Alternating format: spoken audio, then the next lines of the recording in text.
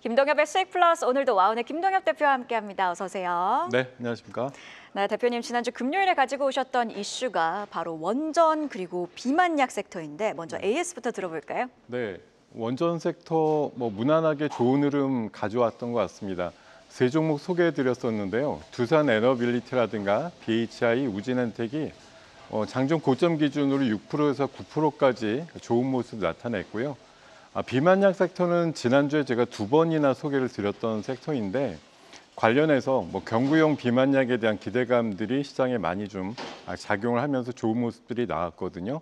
전략주로 말씀드렸던 페트론이 오히려 가장 좀 덜 오르지 않았나 싶은데 장중 12%까지 올랐고 D&D 파마텍이라든가 인벤티지 랩은 10% 후반에서 20%까지 넘어가는 좋은 상승을 보였고요. 아무래도 계절 이슈가 있는 만큼 비만약에 대한 기대감은 여전하다 이렇게 말씀드리겠습니다. 네, 그리고 요즘 좀 복귀를 해보면 수익 플러스 기세가 아주 좋습니다. 지난주에 언급해 주신 종목 중에 특히나 더 기억에 남는 종목이 있을까요? 지난주에 아주 좋았다가 금요일 날 오후에는 조금 안 좋았던 종목으로 키다리 스튜디오가 생각이 나는데요.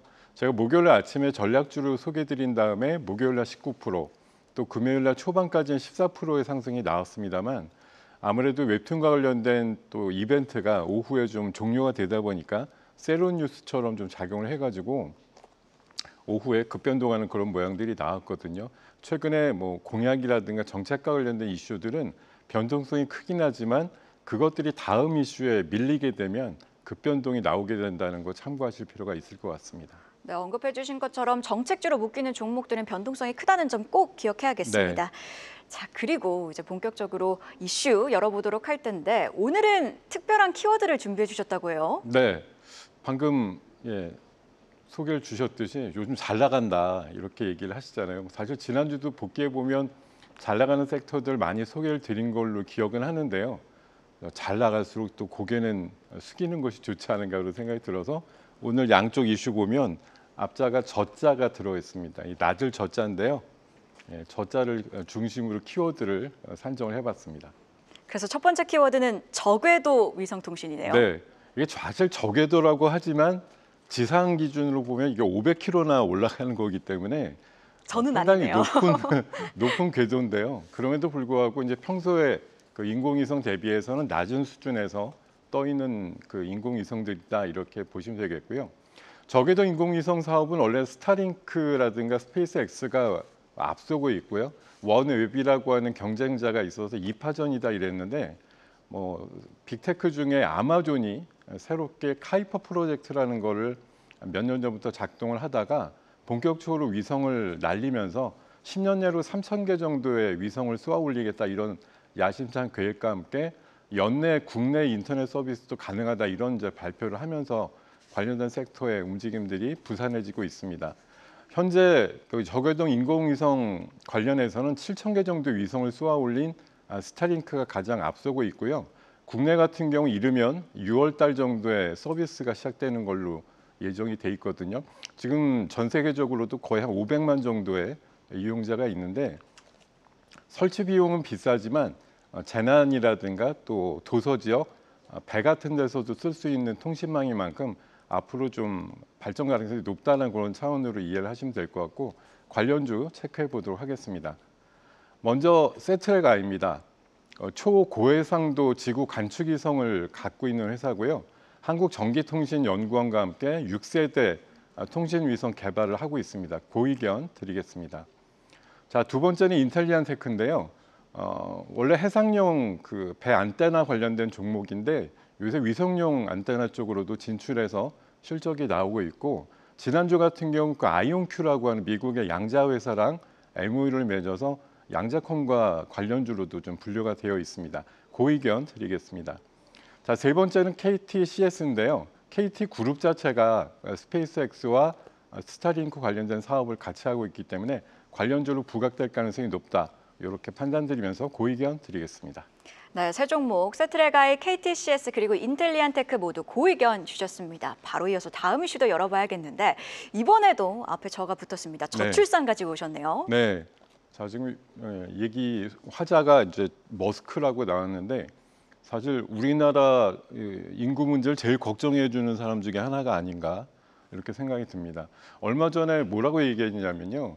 이렇게 가다가는 한국은 3, 4세대 정도가 지나면 인구가 4%밖에 안 남는다 이렇게 극한 발언을 했는데요. 굉장히 충격적이지만 그만큼 우리나라 저출산 문제가 심각하다는 얘기가 되겠고요. 현재 OECD 최하 수준이고 비율로 보면 0.7대 정도밖에 안 나옵니다. 최근에 엔데믹 이후에 출산율과 결혼 사례가 좀 늘고는 있습니다만 아직까지 추세로 가기에는 좀 이르다는 판단이고요. 지난 한 15년, 20년 동안 200조 원을 넘게 부었지만 출산에 대한 어떤 추세가 회복되지 못하는 점은 상당히 안타까운데요. 아무래도 이번에 이제 조만간 있는 대선 국면에서 어느 정치인도 저출산을 극복하기 위한 대책을 활발하게 내놓지 않는 사람은 없을 거예요. 그런 차원에서 관련주 체크해 보도록 하겠습니다. 자, 아가방 컴퍼니입니다. 이름에서 느껴지시겠지만 아기들 유아용 그 옷과 관련된 브랜드가 굉장히 강한 기업이고요. 의외로 100억대 손익을 매년 나타내는 기업입니다. 고의견 드리겠습니다. 두 번째 종목은 에르코스인데요. 유아용 그 식품과 관련된 루솔이라고 하는 브랜드를 갖고 있는데 최근에 정신 관련주를 부각이 돼서 큰 상승이 나온 뒤에 회사에서는 해명 공시까지도 나왔는데도 여전히 관련주로 부각이 되고 있고요. 현재 투자 경고 종목인데 오늘 주가에 따라서는 해제될 수도 있다는 점 참고하시면 좋을 것 같습니다. 고의견 드리겠습니다. 자, 세 번째는 제가 가장 지속적으로 얘기해드리고 있는 SMG 엔터인데요. 하추핑으로 명명되는 유명한 유아용 IP를 갖고 있죠. 최근에 자동차를 비롯해서 많은 협업 관계를 통해서 턴어라운드가 만들어지고 있습니다. 고의견 드리겠습니다. 네, SAMG 엔터테인먼트는 고의견, 그리고 에르코스도 아가방 컴퍼니도 고의견을 주셨는데요. 자, 이렇게 저출산 테마 관련해서는 아무래도 정책 이슈로 부각이 될 수밖에 없다 보니까 테마성 움직임을 보이진 않을까 싶은데 테마성이라고 보시는지 아니면 중장기적으로도 유효한지가 궁금하네요. 원래는 10년, 20년 이상 우리가 저출산 문제를 겪으면서 정책적인 이슈로 계속 다루고는 있는데 개선이 잘 안 되는 부분인데 이번에 좀 파격적인 정책 대결이 또 나오면서 여야 상관없이 공통의 공약으로 부각될 가능성이 높기 때문에 최소한 5월 중순까지는 영향력과 기력이 있는 어떤 이슈다 이렇게 좀 말씀을 드리겠습니다. 네, 좋습니다. 그러면 전략주도 확인해 보도록 하겠습니다. 전략주로는 캔코와 에어로스페이스 가지고 오셨네요. 네, 미국의 달 탐사 프로젝트가 있어요. 아르테미스라고 있는데 거기에 유일한 상장소로서 참여하고 있는 기업이 캔코와 에어로스페이스라고 보시면 되겠고요.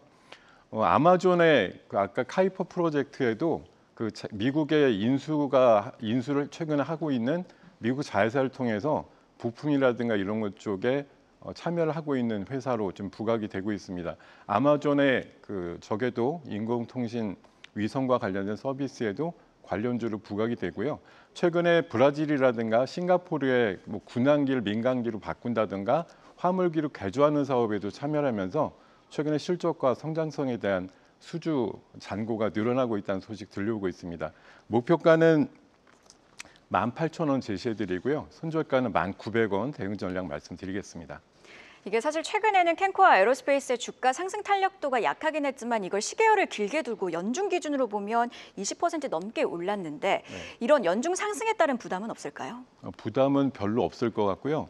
앞으로 아까도 브리핑 해드렸습니다. 6월 달 정도에 스타링크가 일단 들어오게 됐을 때도 한번 튀어나갈 가능성이 높고요. 앞으로 3파전이 있는 저기도 인공위성, 위성통신 시장의 각축전을 생각해 보면 캔코의 미래는 좀 밝다 이렇게 좀 말씀을 드리겠습니다. 네, 이렇게 오늘의 전략주 캔코와 에어로스페이스 앞으로의 상승세도 기대해 보도록 하겠습니다. 김동엽의 수익 플러스 오늘도 와운의 김동엽 대표와 함께했습니다. 고맙습니다. 네, 고맙습니다. 계속해서 다양한 경제 이슈를 알고 싶다면 구독과 좋아요, 알림 설정 부탁드립니다. AI 캐스터 권미정이었습니다.